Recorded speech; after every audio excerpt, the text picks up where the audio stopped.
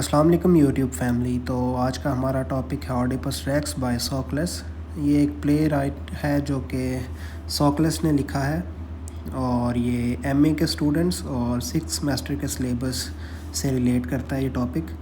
तो सब आज हम इसकी समरी देखेंगे, इसका मेन आइडिया, इसके करैक्टर्स और थीम्स देखेंगे।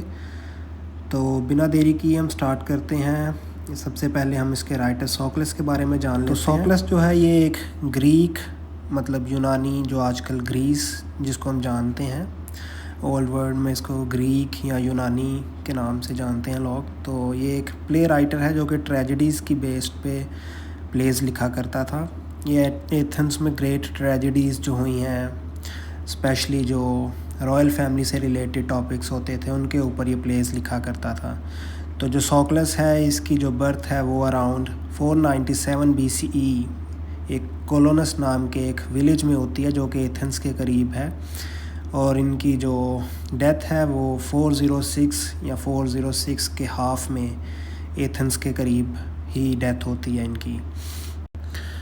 तो जो मेजर वर्क्स इनके हम देख लेते हैं। जो थेबियन प्लेस है सबसे पहले, तो सोक्लेस जो है वो अपनी 3 प्लेस की वजह से मशहूर है जो कि थीब्स की रॉयल फैमिली के अबाउट लिखे गए थे। और इन तीनों प्लेस को एक शेप में, मतलब एक बुक की फॉर्म में नहीं लिखा गया, इनको अलग-अलग लिखा गया था। तो इनके लिए जो टर्म यूज़ होती है कि ये ट्रिलॉजी नहीं थी, इनको सिंगल फॉर्म में लिखा गया था। तो जो सबसे पहले हम देखते हैं वो ऑडिपस रेक्स के बारे में है, देन एंटीगॉन है, और फिर ऑडिपस एट कोलोनस। ये 3 डिफरेंट प्लेस हैं जिनमें डिफरेंट स्टोरीज़ हैं। और इसके अलावा जो अदर वर्क्स हैं सोक्लेस के, उसमें हम बेसिकली अगर हम इसकी हिस्ट्री देखें तो सोक्लेस ने अराउंड 120 प्लेस लिखे हैं, लेकिन इनमें से जो 7 हैं वो ही ओरिजिनल अपनी फॉर्म में सरवाइव कर पाए हैं। इसके अलावा जो अदर नोटेबल प्लेस हैं, जो इम्पोर्टेंट प्लेस या फेमस प्लेस जो हैं, उनमें इलेक्ट्रा, एजेक्स, ये बेसिकली काफ़ी फेमस और इसके जो नोटेबल प्लेस हैं उनमें शुमार किया जाता है इनका। उसके बाद हम इसके मेन आइडिया पे बात कर लेते हैं। इस प्ले का जो मेन आइडिया है वो ऑडिपस जो कि किंग है, हमारा मेन कैरेक्टर है, हमारा प्रोटैगनिस्ट है, इसके अराउंड घूमता है। तो हम देखते हैं कि कैसे जो ऑडिपस है वो गॉड की प्रोफेसीज़ को डिनाई करता है और डिनाई करने की वजह से बाद में सफ़र करता है।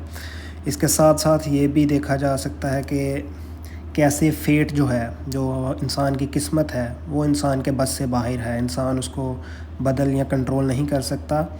इसके अलावा हम एक और चीज़ देखेंगे कि कैसे ऑडिपस का ट्रैजिक फ्लॉ है, जो मतलब जो उसकी मिस्टेक्स हैं वो कैसे उसके डाउनफॉल की रीज़न बनेंगी। तो आगे हम इसकी समरी में देखते हैं कि क्या क्या चीज़ें हैं। सबसे पहले हम इसके थीम्स को देख लेते हैं और इसके करैक्टर्स को देख लेते हैं ताकि हमें समरी को समझने में आसानी हो। तो जो थीम्स हैं इसके, वो मैंने पॉइंट आउट किए हैं, आप उनमें देख सकते हैं। जो फेट है और फ्री विल है, और दूसरा पॉइंट जो है ब्लाइंडनेस एंड साइट है, गिल्ट एंड शेम है, और the search for the truth है। उसके अलावा इसके जो करैक्टर्स हैं उनमें सबसे पहले ऑडिपस आ जाता है जो कि हमारा मेन प्रोटैगनिस्ट है और किंग है थीब्स का। उसके अलावा जो कोस्टा है जो कि उसकी वाइफ है, क्वीन है थीब्स की। उसके अलावा हम देखेंगे एक प्रीवियस किंग है लॉइस, जिसका नाम है, जो कि मर्डर हो गया है उसका। उसके अलावा हम एक सीयर देखेंगे जो बेसिकली एक ब्लाइंड प्रॉफिट है जो कि प्रोफेसीज़ देता है। उसके अलावा हम एक मैसेंजर देखेंगे जो कि प्ले में आएगा और आके एक ट्रूथ रिवील करेगा कि जो ऑडिपस किंग है जो हमारा, वो अडॉप्टेड है। उसके अलावा एक और करैक्टर है हर्ट्समैन का, जो कि कंफर्म करता है कि ऑडिपस जो है वो वाकई एक अडॉप्टेड चाइल्ड है। तो अब हम चलते हैं इसकी समरी की तरफ। समरी में हमें दिखाया जाता है ऑडिपस रेक्स जो है वो किंग है थीब्स नाम के एरिया का। और थीब्स जो है एंशियंट ग्रीस में एक इलाका है जहाँ पे एक प्लेग आ गया हुआ है, छूत की बीमारी आ गई हुई है, जिसकी वजह से लोग बहुत परेशान हैं। तो किंग है जो हमारा ऑडिपस है वो इस प्रॉब्लम को सॉल्व करने के लिए ओरेकल्स के पास जाता है, और ओरेकल्स उसे बताते हैं कि प्लेग उस सूरत में ख़त्म होगा जब जो प्रीवियस किंग है, फॉर्मर किंग है थीब्स का, जिसका नाम लॉइस है, जब उसका मर्डर जो है वो पकड़ा जाएगा और उसको सज़ा मिल जाएगी। तो किंग लॉइस करैक्टर है कि इस प्ले में, जो कि प्रीवियसली थीब्स का किंग था और उसके बाद जो है ओडिपस वहाँ का किंग बना हुआ है। और oracles basically group of people थे जो कि गॉड को सर्व किया करते थे। अपनी होल लाइफ वर्जिन रह के इवन मैरिज नहीं किया करते थे, और इनसे जो किंग हैं उस टाइम के वो इनसे जो है एडवाइस लिया करते थे जब भी कोई बड़ी प्रॉब्लम आ जाती थी।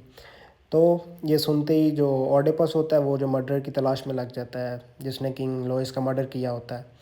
फिर एक ब्लाइंड प्रॉफिट है जो कि सीयर के तौर पे दिखाया जाएगा इस प्ले में, वो ओडिपस को मर्डरर एक्यूज़ कर देता है कि जो ओडिपस है वो ही किंग लोइस का मर्डर है।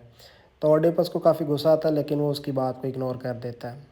फिर ओडिपस की वाइफ दिखाई जाती है जिसका नाम जोकोस्टा है। वो उसे बताती है कि जो किंग लोइस था उसको क्रॉस रोड ऐसी जगह होती है जहाँ पे कुछ रास्ते आपस में मिल रहे हों। तो क्रॉस रोड पे किंग लोइस को जो रॉबर्स हैं, चोर होते हैं, जो उन्होंने उसको कत्ल किया होता है। तो जब ओडिपस ये बात सुनता है उसके ज़हन में एक बात ट्रिगर हो जाती है कि सेम इसी जगह पे उस वो कुछ अर्सा पहले किसी बंदे को मिला था और उसने वहाँ पे उसका कत्ल कर दिया हुआ था।